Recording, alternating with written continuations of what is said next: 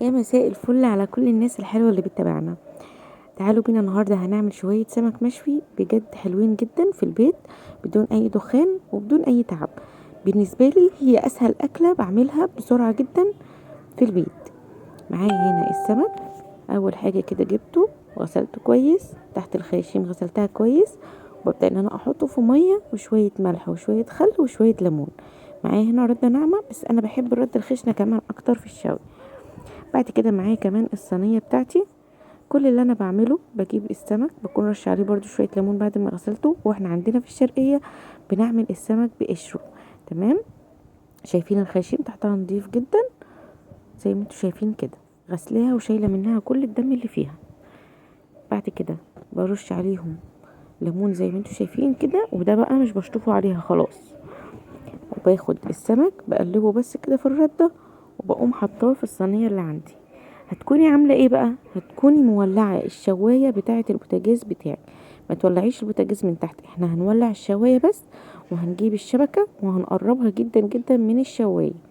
يبقى الشبكة بتاعتك تبقى تحت الشواية مباشر، ومولعين الشواية بس على اعلى درجة، ولكن ما تولعيش من تحت عشان ما ينزلكيش مية. تمام. بعد كده بنرص السمك في الصينية بتاعتنا، وبنبدأ ان احنا ندخله تحت الشواية. تمام. هو ما بياخدش وقت كبير، هياخد معاكي اللون بتاع الشوي اللي احنا عارفينه من فوق، اللي من عند الشواية هنقوم قلبينه على الناحية التانية. قوم قلبين كل سمكة كده لوحدها على الناحية التانية، هتاخد اللون هي كمان برضو من الناحية التانية. شايفين السمك؟ بسم الله ما شاء الله، سمكة حلوة وصبحة وماسكة نفسها كده ومليانة. اي نعم، سمك الصيف ما بيبقاش حلو قوي، بالذات البلطي، يعني بطنه بتبقى مش قوي برضو. ولكن احنا قربنا هو خلاص، يعني من بعد شهر 9 كده بيبقى السمك طعمه حلو جدا. بعد كده اهو رصيته في الصينية كلها، انت ما بتحطيش عليه اي حاجة، كل اللي بتعمليه بتحطيه تحت الشواية وبس كده. تعالوا هنا بقى نعمل الدقة اللي هنعملها للسمك دوت، اللي هتحيقه وتخليه طعمه تحفة. معايا فلفل احمر واخضر رومي وحامي، ومعايا طماطم، ومعايا ليمون، ومعايا كزبرة وكمون وملح، ومعايا توم، ومعايا مستردة. لو عندك كمان كزبرة خضراء او بقدونس او شبت برضو بيبقى حلوين جدا برضو. تمام. هنحط بقى الفلفل والثوم ونص طماطمايه بس في الكبه، وهنحط عليهم شويه مستردة والليمون، وكمان الملح والكزبره والكمون. هنخلطهم كويس جدا، وحطيت عليهم شويه خل، وهبدا ان انا انزل عليهم كده بشويه ميه دافيين. وبعد كده هقطع الطماطم مكعبات فيها كده، مش عايزه تقطعي خلاص براحتك، بس بتبقى طعمها حلو جدا وانت بتاكليها، بتبقى عامله زي الطماطم المخلله. هنا قلت اعمل شويه رز ابيض واحط عليه الميه وهسيبه يتشرب مع نفسه. اول ما بياخد لون معايا كده من الوش ده كده، بقوم قلباه على طول على الناحيه التانية.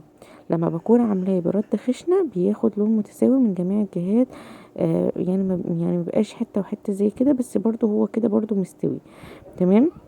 هنا اهو تستوى بقى من على الناحيتين، وهو سخن كده بقوم حاطه عليه الدقه بتاعتي دي، وسيبيه في الدقه شويه، يعني مش تاكلوه على طول، يعني خليه مثلا في الدقه ايه، نص ساعه ساعه حسب ما تقدري ان انت تسيبيه. كل ما تسيبيه اكتر كل ما بتشرب اكتر وبيبقى طعمها حلو جدا. هسيبه بقى فيها كده شويه، ونبقى بقى مجهزين شويه سلطه، شويه بصل بالخل والليمون والملح. مجهزة بقى العيش، في ناس بتحب تاكله بعيش بصل اخضر، رز حبة وحبة، رز ابيض، ايه اللي تحبيه اعمليه. وده كده شكل السمك. عايزة تحط كمان جزر مبشور مفيش اي مشكلة. جربوا الطريقة هتعجبكم جدا يا جماعة، مفيش اي دخانة، لو حد واقف معاكي في المطبخ مش هيعرف ان انت بتشوي حرفيا. بس كده دي كانت طريقة النهاردة، اتمنى تكون عجبتكم وتكونوا استفدتوا من الفيديو باي حاجة. عملتها لكم كتير قبل كده، ولكن الفيديو مش طويل برضو علشان الناس لو ما شاف، يعني لو ما كانتش شافت الطريقة المرة اللي فاتت تشوفوا ان شاء الله في الفيديو دوت حاجة سهلة وسريعة. وبدل ما تشوي بره بمبلغ وقدره، طري ازاي وبيتقشر بسهولة ومستوي من جوه، وحاجة نظيفة في البيت انت غسلاها بايدك وعارفة انت بتعملي ايه. جربوا بقى الطريقة هتعجبكم. السلام عليكم ورحمة الله وبركاته.